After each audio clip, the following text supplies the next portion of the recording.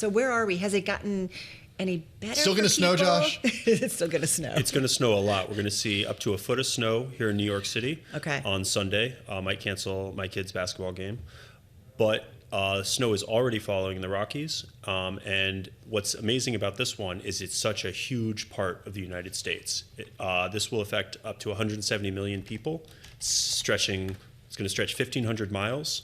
And a big test will be Texas on Monday morning. Why Texas is such a test? Is it because of what happened there a few years ago? Is it because of the concerns with the power lines freezing there? What is it? It's partly because we saw so many deaths in such an intense power grid emergency almost 5 years ago.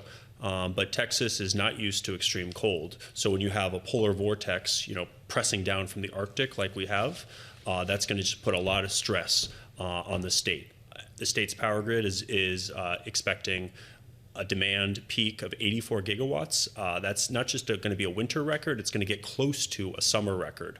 And that much demand is going to be tough for the grid to keep up with. Wait, can you just explain 84 gigawatts? We hear kilowatt hours is sort of like what our own home energy use is measured in. Gigawatts we hear in relation to AI. So gigawatts are the big boys. Okay. 1 gigawatt is roughly the output of one nuclear reactor. So if you think of, the nuclear power plant in The Simpsons, 84 of those, producing power across Texas.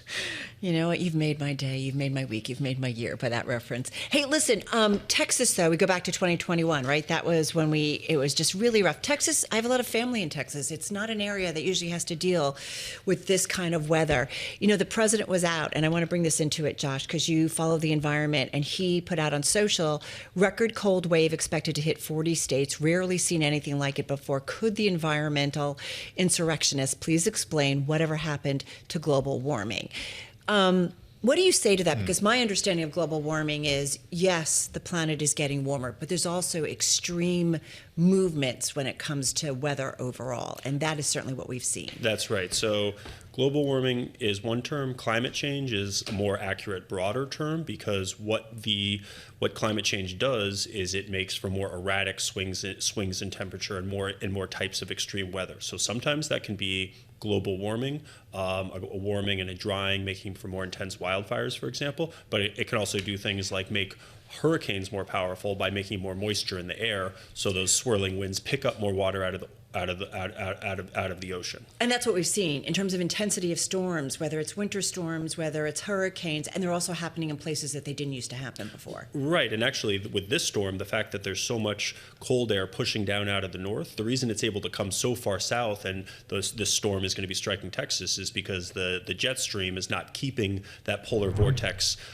contained the way it normally would. You'd have to get a full-time weather reporter, not a power reporter, to explain whether that's a result of climate change. Right. But those kinds of weather patterns, it is what's making these storms so intense. Well, I'm going to throw a power question your way and talk a little about energy use. We know it's expected to increase, of course, as people turn up their heat when it gets colder outside and more heat is needed. Here in New York City, Con Edison, much of the lines for power lines are buried underground in New York City. Is that an advantage in a storm like this? Yeah, for sure. Buried lines in a storm are much more secure. That's going to be better in places like California, which is working to bury its lines. That's better for preventing wildfires. And in a place like New York City, having the lines underground means they're less likely to freeze, get overloaded, have a tree fall into them, get knocked out in that way.